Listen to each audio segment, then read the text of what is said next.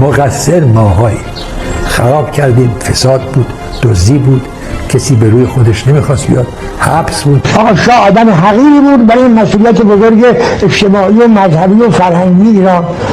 درک این چیزا نداشت. هم میگن تقصیر بقیه، نه آقا تقصیر شخص خود شاه بود.